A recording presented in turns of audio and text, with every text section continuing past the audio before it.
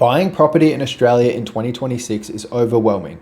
We've got new legislation coming out of the federal budget, rising interest rates, conflicting property reports, and global tension.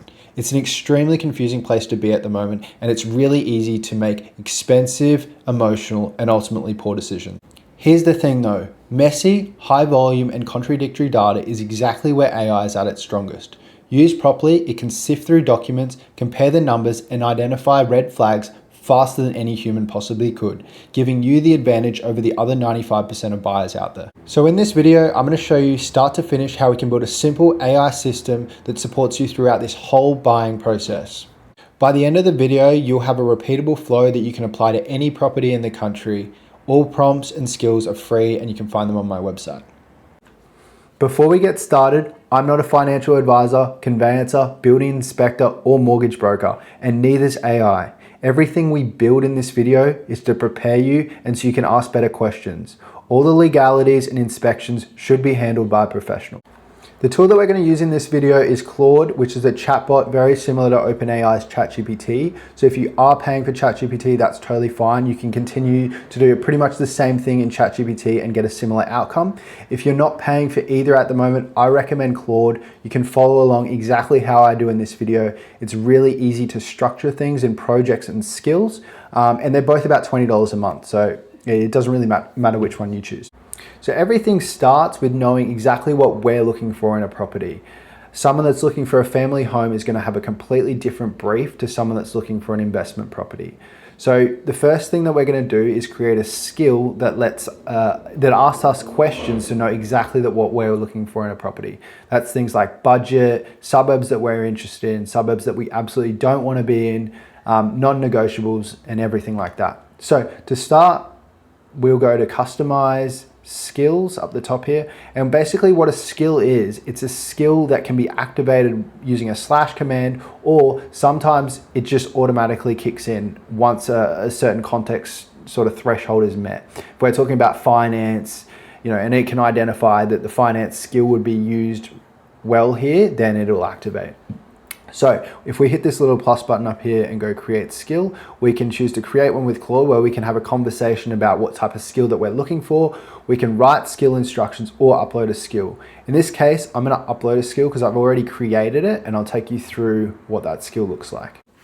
So now we'll test that skill out. So if we go back to just a new chat, we can say /buyer brief builder. And if we hit enter on that, it's going to read that skill, work out what it's meant to do, and because we've told it needs to interview us about what we're looking for, it should ask us a bunch of questions that we can then respond to and create that sort of prompt that we're going to use later down the track.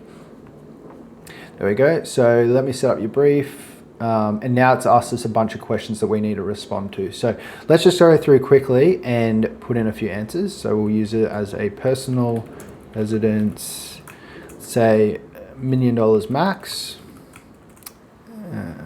Queensland, Australia, Brisbane, Gold Coast, preferably a house, open to townhouses, deal breakers, so absolutely must have garage. It would be great if there was a pool. No to low renovations. No schemes. Cool. So we've given those answers. Let's hit enter on that. You can go in here with as much detail or as little detail as possible, and you sort of follow up. It might ask you some more questions, but it's going to work out exactly what you're looking for. There we go. It's asked a few extra questions that I've missed the first time around. So let's say we've got 300,000 deposit, hoping to buy by December. Size minimums, let's go 2 bedroom, 2 bathroom. Hit enter on that.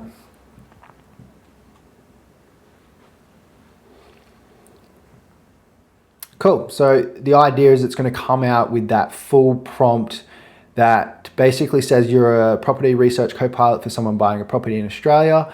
And then basically just a few rules like not inventing figures, not making up legislation. If input's needed, then it's going to ask us about it rather than make things up. And then below, it's got all the things that we've just answered. So it's got dot points about our situation, the locations that we're interested in, timeline, so on and so forth. So next step is that we want to capture this prompt here that it's output. And we're going to go to projects now. We're going to go new project. We're going to name it Australian property purchase. And we're going to say helping buy Australian property. Cool. So a project is basically, we can set up within a project a set of instructions, a way it's going to act, and then we can keep adding additional files into the project that it's able to use as context. So if we're getting property reports, we're getting inspector reports, building and pest, and then that offer contract sort of negotiation. We can add that here, so it's always able to come back and reflect on that information. So now that we copied that skill prompt previously, we can go up here to instructions and we can hit edit instructions, and we can paste that whole prompt in. So now every time that we ask questions, it knows exactly what our situation is, and we don't have to keep saying, hey, this is what I'm looking for, analyze. It just knows. So we'll hit save instruction on that one. Cool. So now that we've got our project set up, it's got our custom instructions with our buyer brief. It's time to create another skill, which is going to be a suburb analyst. And basically that's going to review our brief. It's going to look at online for information, reports and data on different suburbs and how they're performing. It's going to sort of filter out within our price range that we've specified in our brief. And it's going to sort of narrow down the areas that we should be looking for. So to do that, we need to go back to customize. We need to go back into skills, and we need to hit plus, create a skill, upload a skill. I've already created this one, so I'm just going to upload it in. I'm going to include all the skills on my website, so you can just copy it straight in, ready to go. And you can do that by writing a skill instructions and just copy pasting straight in. But if I go upload, this one's going to be called the suburb market analyst skill. And similar to the other one, it comes up here and we've got our system prompt.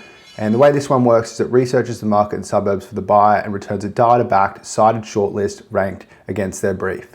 It reads the brief from the project's custom instructions, which we set up earlier, and does its own research with web search, identifies where the growth and value is and what the budget actually buys. So now we can go back into our project and we can run that new skill by hitting / skills, and we've got suburb market analyst. And if we hit run on this one, it's going to take a little while because it's got to read our brief, it's got to go online, search different sources, focus primarily on the ones that are credible, actual reports and that sort of stuff. So we'll let that do its thing. Great, so now that we've got our output, we can actually have a quick look at the way it went about that exercise. So we can go back up here to its thought process. It's looking straight away at the brief. Brisbane house prices are already pushing past this buyer ceiling, but it's going to check certain areas to see if we can get anything under budget. And then it goes through that, does some online research, open agent, all these different sources in here. It's pretty much saying that $1 million is a bit of a struggle in these sort of areas, but it has got us a shortlist table where we can see some medium house prices fit in our budget, and it's got the various different sources here where we can actually go and do a bit more research ourselves if we want to go to that link. But there's absolutely no reason why we can't say, hey, let's ask additional questions on these suburbs and say, hey, is there any more suburbs that could fit into our brief if we upped our budget to 1.1 million? And we can keep having more of a conversation here until we find a list of suburbs that we're happy with or one that we're interested in buying in. Great, so now we've got the output here, and that definitely has increased the properties that we can see here. We've included Redland Bay, Victoria Point, Cleveland, Wynnum, just by saying, we're going to go up another $100,000. We've got the recent growth here. Some have verify, which I think, it hasn't easily been able to verify that source, but we can definitely ask can you get specific growth rates for Cleveland? Deep dive. So by diving more specifically into a suburb, it's able to do a deeper dive on the actual research behind it. So it can go to more websites, look up more specific growth rates, and you can keep asking further questions on that to sort of narrow down the exact suburb that you'd be interested in. So in this case, we've got past quarter, 12 months on a few different sources.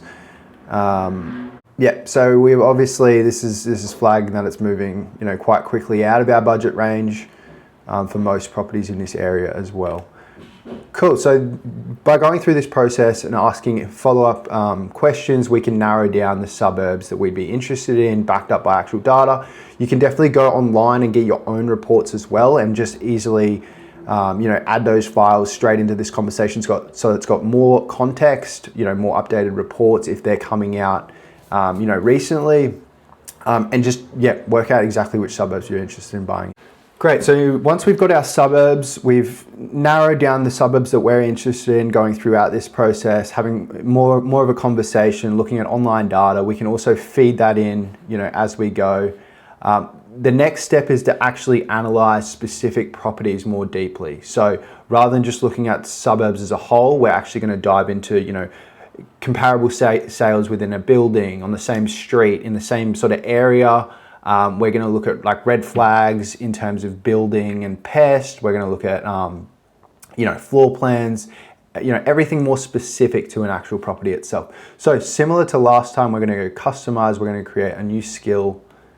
I've again created this one already, so I'm just going to upload it, the property analyst skill. So if we look at this one, we can give it an address or listing, and it researches everything about the property and its market context, and it flags risk, and it judges to see if it fits the buyer's brief. Once again, it reads from the buyer's brief, those project instructions that we added right at the start. It researches the web, looks at different properties in the area as well. And then it can look at the uploaded listing, photos, floor plan, and overlays as we provide it. So now that we've got that skill set up, we're going to go back to our project and we're going to run that skill. Projects. So we're going to hit /property analyst, and like the skill said, we're going to put in a address.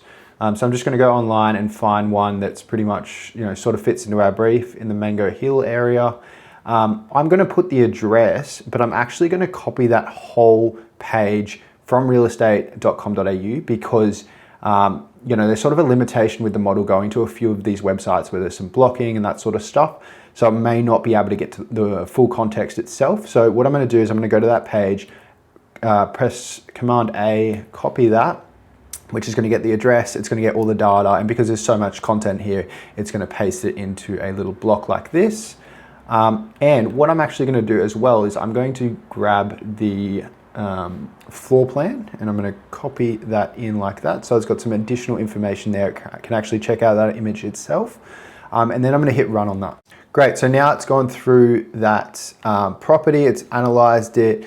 It's looked at a snapshot of what the property is, the specs, and then it's looked at our overlay risk. It looks at the brief to see how it compares. A few estimations here with holding costs. The price, obviously there's not a price on this one, so it's kind of given a median figure for the suburb, but this is definitely one where it's flagged. We've got to ask the agent, which is a pretty obvious one. Value read, so we're looking at comparable sales in the area. Another one on the same road in the same complex, the price that sold, and the spec, so we can see how comparable that one is. And then we've got some other ones that are on the same street, sort of the same sort of setup in terms of that townhouse, 3-bed, 2-bath. Cool. So it's going to give us that sort of comparable sort of range, $795 to $920, which is well under budget. So we obviously need to get that price from the agent, and then it's actually going to match that off with our brief. So, ticks the townhouse, the 3-bed, 2-bath, the garage. We've got a double garage, which is the double tick there. Ready built, 2015 owner occupied. So, like we mentioned in our reno appetite, it's a townhouse, but it might only need some light cosmetic adjustments only. Pool, this one, it's flagged that it's a shared communal pool, so it, we said it was a nice to have on our brief, but that's sort of something that you have to look at and evaluate yourself. Now down here we've got the red flag, so we've got body corporate obviously being a townhouse, no price, so it can't actually research, sort of to see the value there until we get that from our agent. We've got our floor plan, just a little analysis there. You can dive into those things more specifically. So you want to say, like, is this a typical size for this sort of townhouse property? So we've got a bit of information on that flood sort of zone there. And then we've got our tax budget sort of constraints, and they're only pending at the moment, so it's probably not worth looking at too much. But once those are, go through legislation, that's definitely something to consider as well. And now we've got the verification. We got to look at our bushfire property reports, but then we've got some questions that we actually need to ask the agent to give us better data, and then we can use that data to feed back into here and see, how it compares a little bit more accurately. So, for example, let's say the agent has told us this property is 820K. What are your thoughts in terms of value? So now that we asked this question, it's going to be able to provide us a little bit more detail. So that one that's in the same complex sold for $795 in March. This one's asking 25K above that. So I guess that's where, you can look at those suburb growth rates to see, is that a fair value? And this street that's nearby is, quite a bit more expensive as well. Double garage above average for this type of complex. And the bottom line here is the 820 is not overpriced and not a steal, so it's in the fair band. So this is sort of where you can, work with your negotiations to see if you can get your best price. But we can continue to ask further questions, right? So if we've got, we've got kids, we need to know, where's the closest school? Closest school to this property. We can continually, analyze this property in more detail as we go on.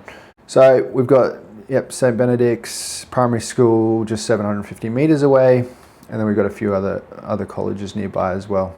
So the final skill that we need to create here is a due diligence skill, which is going to analyze all our documentation throughout the process. So our contracts, our building and pest report, and our body corporate. So once again, upload a skill, due diligence analyst skill.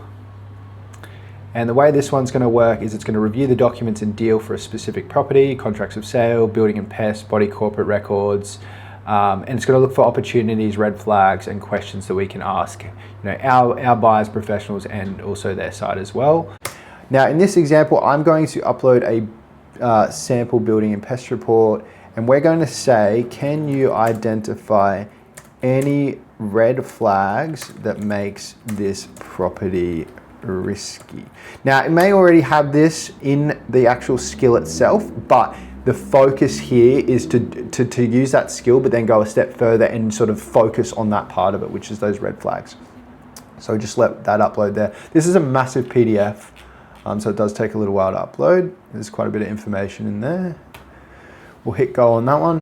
Great, so now that we've got our output here, it's gone through sort of the brief, the actual skill itself. It's gone here to look online at what the actual smoke alarm requirements are within this area, which is great. Now it's obviously flagged this as a sample report, which is expected. Now, major red flags, moderate to high, undetected structural damage risk. It specifies the actual item number, so you can go into there and have a little bit more of a look yourself. No structural defect, but so much of the property was obstructed, which is not great if they're doing a building inspection with so much furniture in there. You could miss things. Strongly recommends another inspection once the property is vacant and cleared. Conditions conducive to structural damage, no timber, pest, termite inspection is included, which is obviously a major one. That's probably one that you want to do separately to your building report. Roof condition unverified. So heaps of heaps of things to consider here. You got moderate, and then it's obviously flagged these ones as the major red flags, and then you got some minor and cosmetic ones. Tiles, cosmetic list is fine for you. So that's also looking back at that brief again to see, you were happy to do some of those cosmetic changes as well. No opportunities or leverage.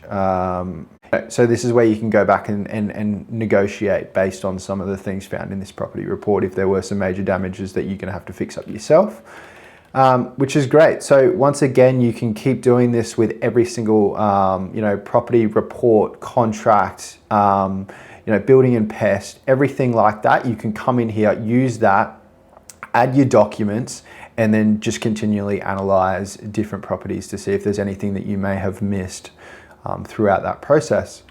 So for all these prompts, I'm going to include them, all these skills that we've created throughout this video, I'll include on the website so you can easily just copy and paste them, go to customize, upload these yourself. And then once again, if you create that project right at the start, you can keep everything very succinct. You've got all those conversations really easy that you can go back to and go, hey, how did this property, what did it say about this one? You can actually rename those specific chats just to make things a little bit easier to come back to as well. If you want files that sort of go across every single conversation, so this might be things like your fire alarm standards. If you find an official document report that you can upload that's going to go back to, rather than go out to the internet, it may look at some sources that are a little bit outdated. If you want the latest source, then you can just upload it straight into here. Same with other sort of requirements like your body corporate, typical sort of ranges for different properties and that sort of stuff, and it'll always be able to go back and reflect upon that information. But appreciate you watching. Hope it's really helpful.